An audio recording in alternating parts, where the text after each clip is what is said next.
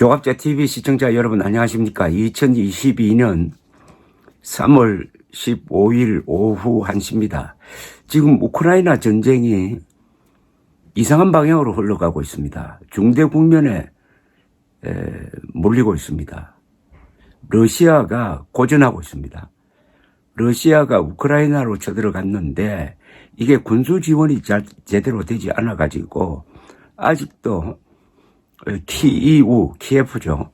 키예프를 점령하지도 못하고 우크라이나 군대는 예상외로 잘 싸우고 있습니다. 미국 등 서방 세계가 무기를 지원하고 있습니다. 그리고 우크라이나 국민 전체가 들고 일어났습니다. 이렇게 되니까 푸틴이 중국에 손을 벌린다고 합니다. 중국에 물자를 좀 지원해 달라고 SOS를 쳤다는 이야기가 나오고 있습니다. 이런 이야기는 어디서 나오냐면은 미국 정보기관에서 언론에 흘리고 있습니다. 언론에서 이를 보도하니까 제이크 슬리반 미 백악관 국가안보보장관은 CNN과 인터뷰를 하면서 이렇게 이야기를 합니다. 러시아의 제재 회피나 침공을 돕는다면은 분명한 대가가 있을 것이라고 중국에 직접 그리고 비공개로 전달했다. 우리는 러시아를 돕는 행위를 절대로 허용하지 않을 것이며 러시아가 세계 어디에서도 경제 제재를 피하여 생명줄을 구하지 못하게 할 것이다. 이렇게 말을 해놓고 오늘 이 슬리반 보좌관은 이탈리아 로마로 가서 로마에서 중국 공산당 중앙위원회 양재처 외교 담당 정치국원과 회담 아마 지금 하고 있을 것입니다. 아마 제일 주제가 절대로 러시아를 도우면 안 된다. 러시아 도우면은 미국도 중국을 제재할 수밖에 없다. 그런데 이미 중국은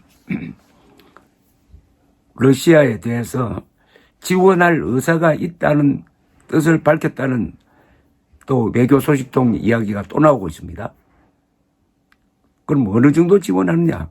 지금 지원 요청한 물건 중에는 드론은 공격형 무기죠.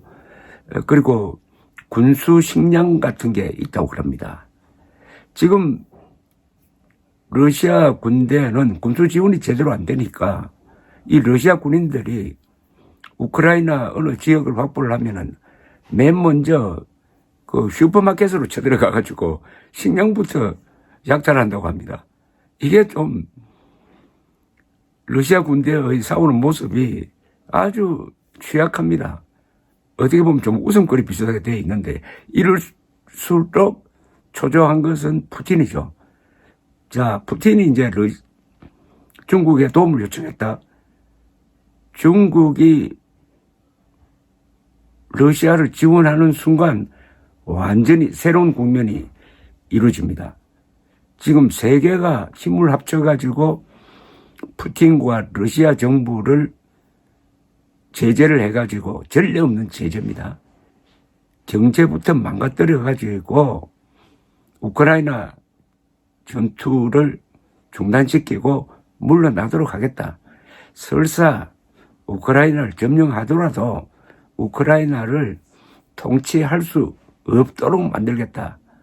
이런 어떻게 보면 굉장한 의지를 보이고 있는데 여기에 거대한 중국이 러시아 편을 들고 나오면은 러시아는 제재에서 탈출하게 되는 겁니다. 그리고 그 순간 러시아와 중국은 군사동맹 관계가 되어버리는 거죠. 그러면은 러시아, 중국이 한편이고 자유세계가 또 다른 한편이 되는 냉전이 시작되는 겁니다. 이것은 우크라이나 사태가 예상하지 못한 방향으로 가고 있다는 것을 의미합니다.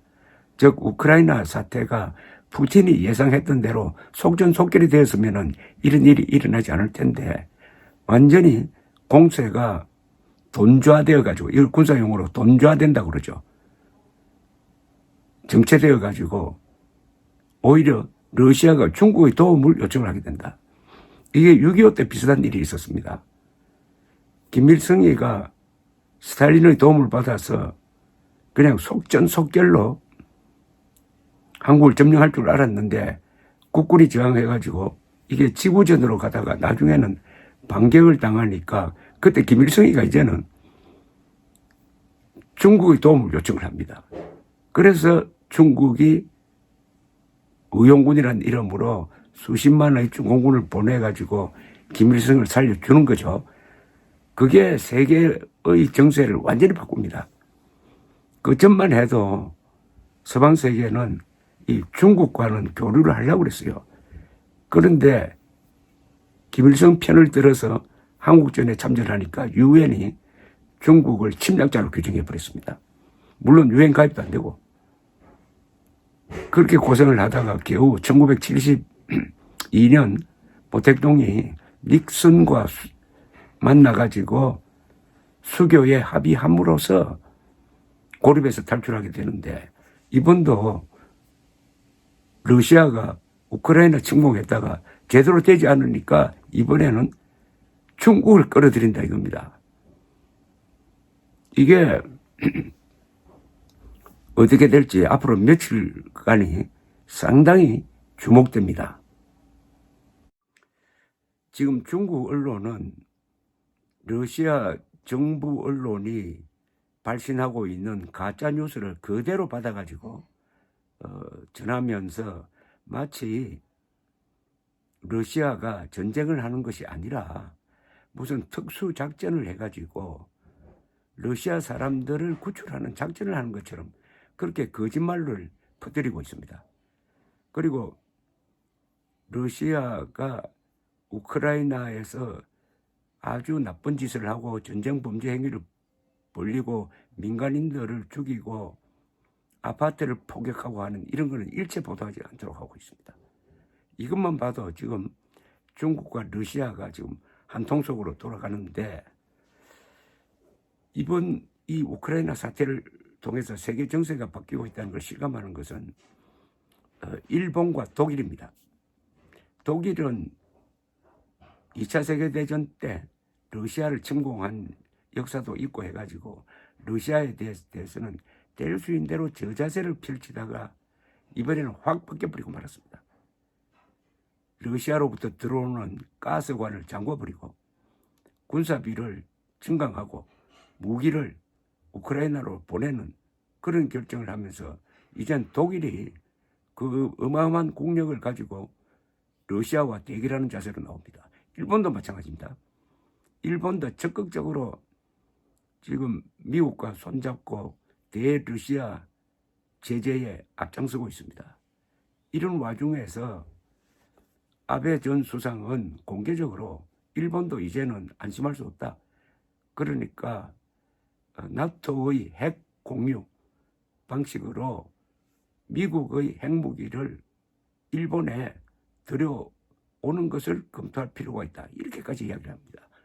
이건 뭐냐면은 과거의 냉전시대 때 그렇게 했던 것처럼 독일과 일본이 이제는 미국과 손잡고 러시아를 압박하는데 전면에 나선다는 겁니다.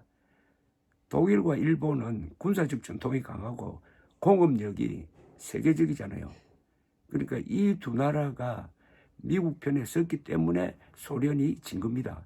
근데 이제 다시 이 두 나라가 앞장서 가지고 러시아 압박에 국력을 기울인다. 근데 거기에 그 코너로 몰린 러시아를 돕기 위해서 중국이 러시아 편에 설 거냐 말 거냐, 이런 아주 백척간두의 결정적 순간에 지금 직면해 가지고 있습니다. 이런 가운데 윤석열 정부가 들어섰습니다. 그러니까 윤석열 정부의 역할이 이제 더 중요하게 됐습니다. 뭐 볼 것도 없죠. 오히려 간단합니다. 우크라이나를 침공한 러시아를 압박하고 포위하기 위한 자유국가의 동맹에 들어가야 되죠. 오히려 외교적으로는 수월하게 되었습니다. 그러나 이렇게 되면 이제 중국이 북한을 앞세워 가지고 윤석열 정부를 압박하고 나올 겁니다. 그때 우리 국민들이 윤석열 정부를 밀어줘야 합니다. 그리고 한미동맹이 있습니다. 한미동맹 국민의 여론만 뒷받침 받으면은 이번 기회에 윤석열 정부가 확실하게 자유진영 해양문화권에 서가지고 대륙의 새 문제나라, 즉 북한, 중국, 러시아를 손보는 그런 어떻게 보면은 일종의 십자군이죠. 자유의 십자군 대열에 참여할 수 있을 것이라고 생각합니다. 지금 역사가 만들어지고 있는 순간순간입니다. 감사합니다.